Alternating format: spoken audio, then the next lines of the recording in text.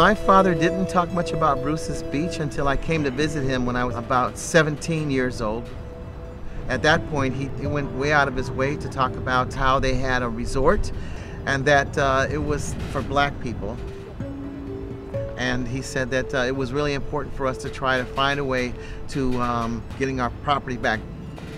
And unfortunately, he couldn't say, you're actually, own this property. That was because of the events that took place to rid our family and other families of their property from that time.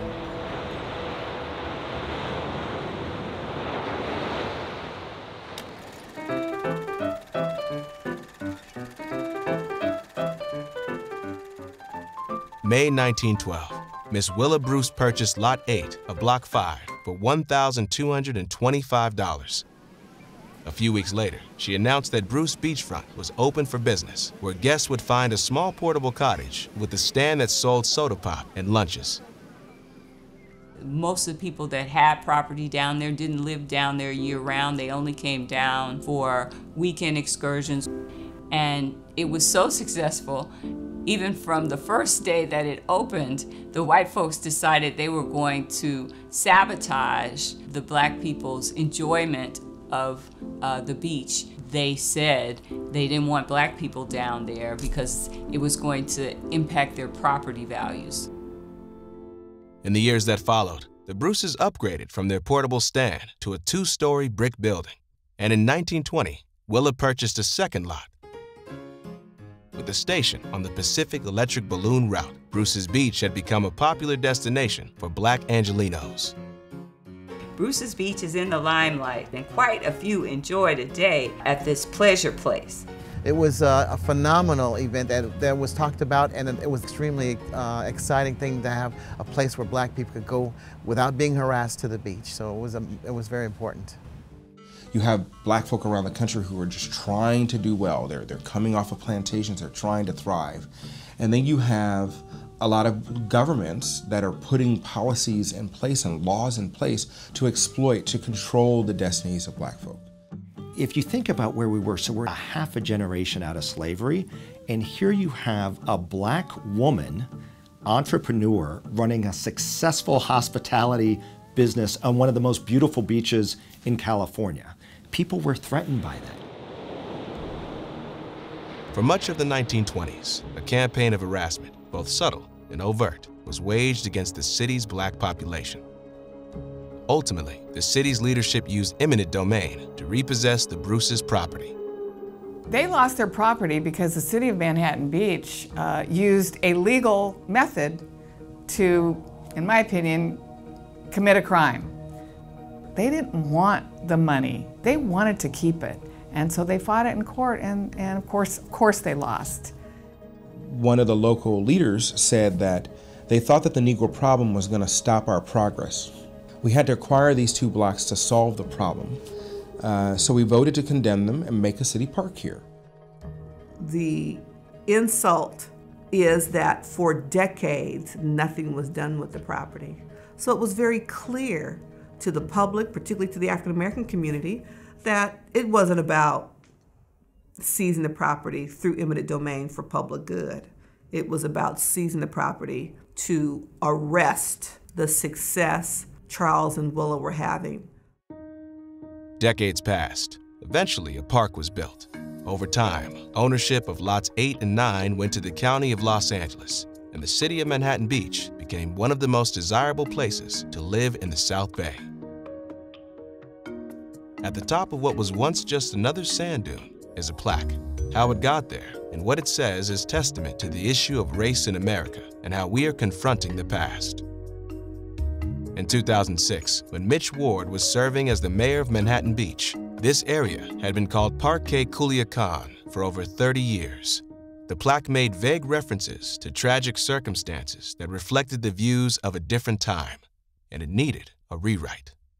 We have an opportunity here to take something in our history that was important and negative and embrace it and turn it into something positive. And I hope that the council will take the action to rename Parque Culiacan to Bruce's Beach Park. Thank you. So I would keep Bruce's Beach out of our community. It's a nice use of alliteration, but it doesn't fit. Thank you very much. A new plaque was installed in the newly renamed park, but the reckoning, the acknowledgement that some had hoped for, would have to wait. I know that the wording is inadequate by today's standards. Without the name Bruce's Beach, I think it would have been more difficult for us to get the land turned back to the heirs without people knowing that the area even existed. My family was invited to the unveiling of the plaque, and my father gave a speech and he told the audience about how when he went to talk to his friends in school, he told them that our family owned a beach, and his friends laughed at him. They didn't believe African Americans owned beaches.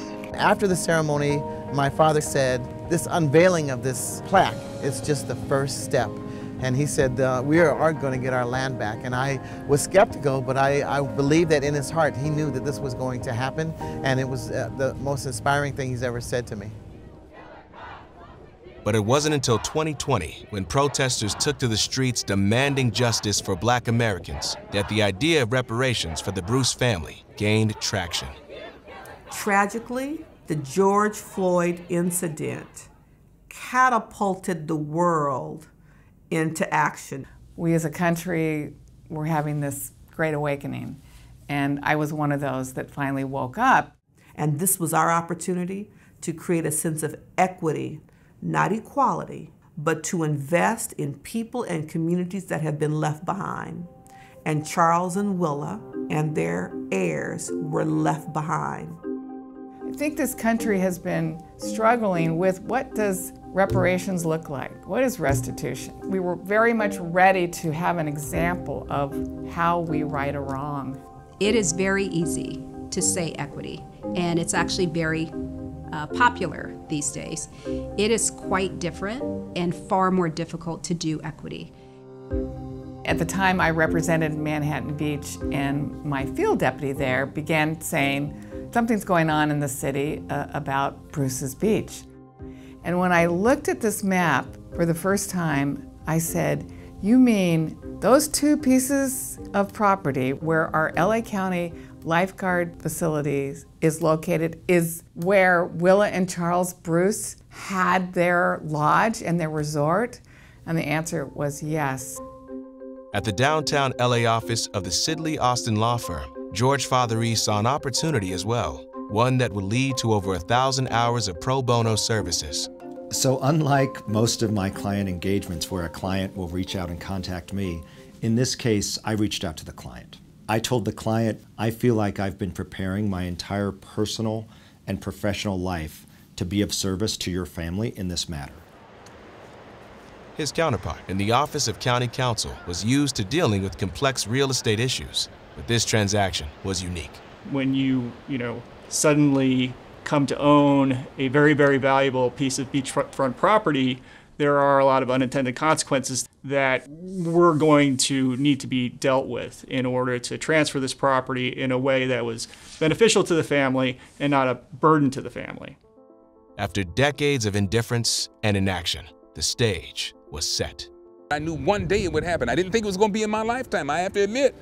Until Supervisor Hahn came along and said, no, I'm going to get this done right away. And I said, and Anthony said the same thing. Okay, all right. I said, Anthony, no, that's not what's going to happen here. I was like, we could be slow about this. She said, no, I want to get it done now, and we want to get it done as quickly as possible. Within about 2-3 months, we were rolling.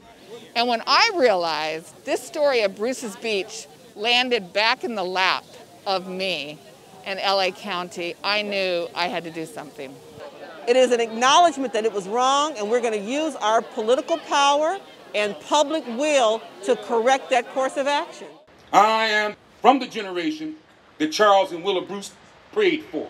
And we're going to stay here until the job is done. We can show what reparation looks like. It's going to be the catalyst, and it's going to be the spark, I hope, for the rest of the nation to follow. Just days before lawmakers laid out their plan to return the property to the Bruce family, the Manhattan Beach City Council found itself once again confronting the past. On the agenda, whether or not to issue a formal apology. An apology atones for past injustices that have been well documented so that we can move forward. We can acknowledge the past and move on Sadly, we are stuck in the past and it's suffocating. Instead of an apology, the council approved a statement of acknowledgement and condemnation of what happened at Bruce's Beach.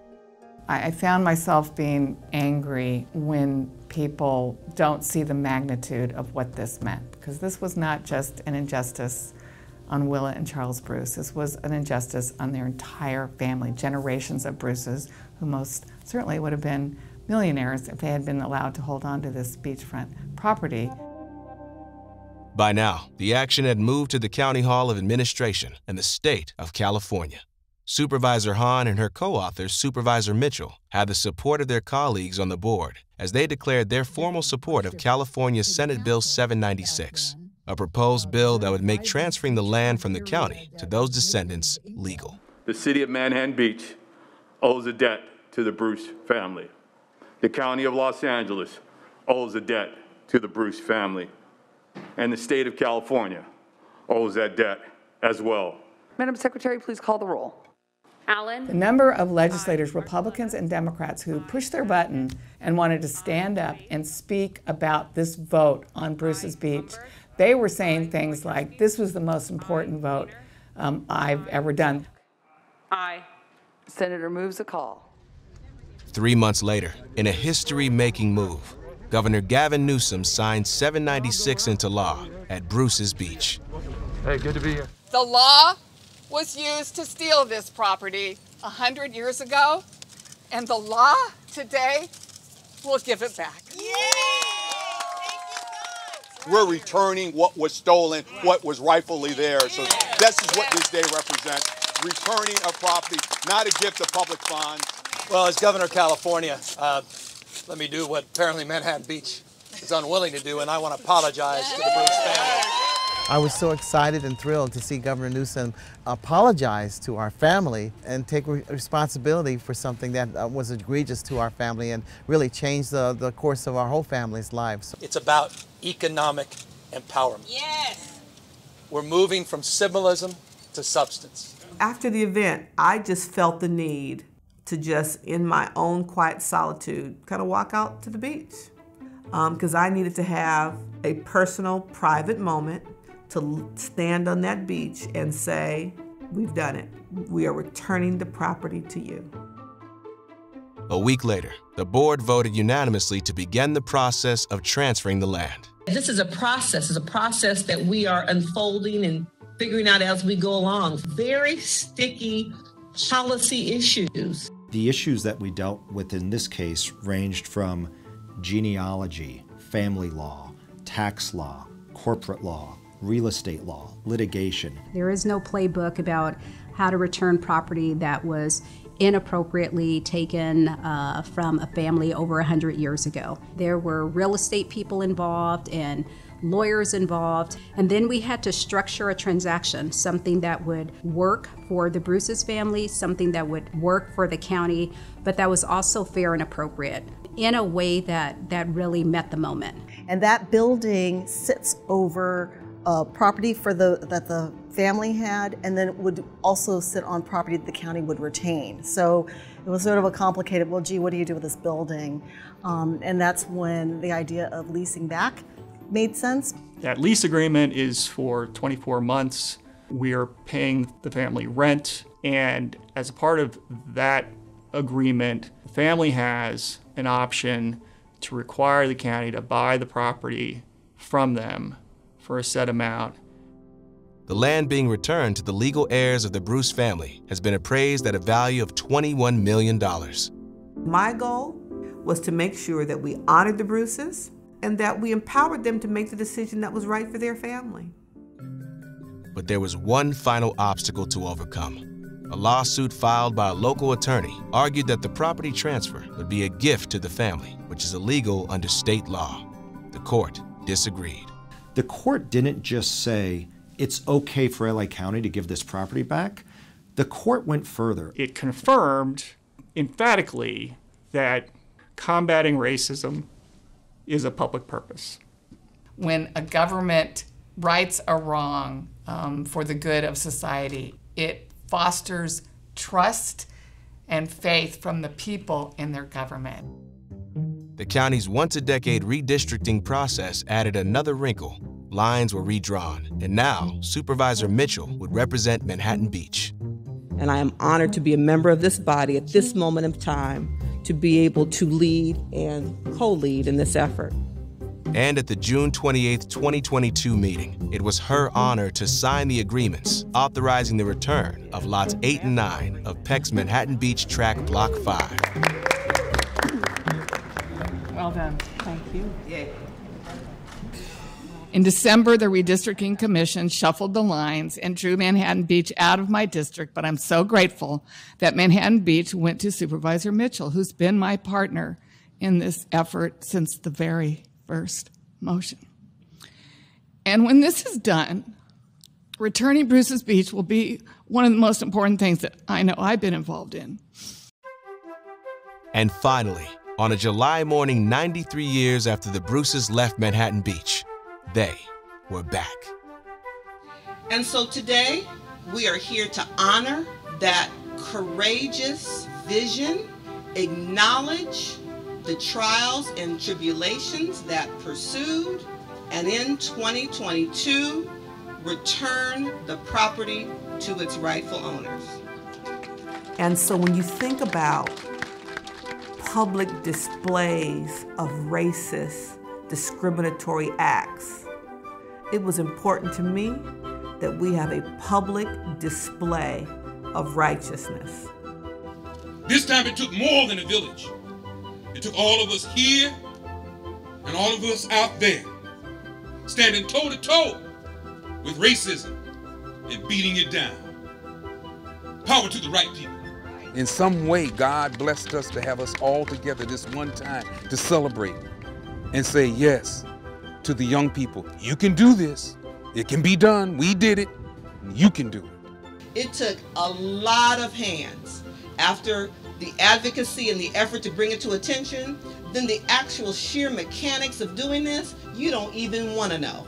Trust and believe. This document, while it does not have the beauty of the scrolls that were just distributed, it's a bureaucratic document, but it is the official record that will show the transfer. It symbolizes for all of us that it is always the right time to do the right thing. And it is my honor to be here to present a certified copy to the family.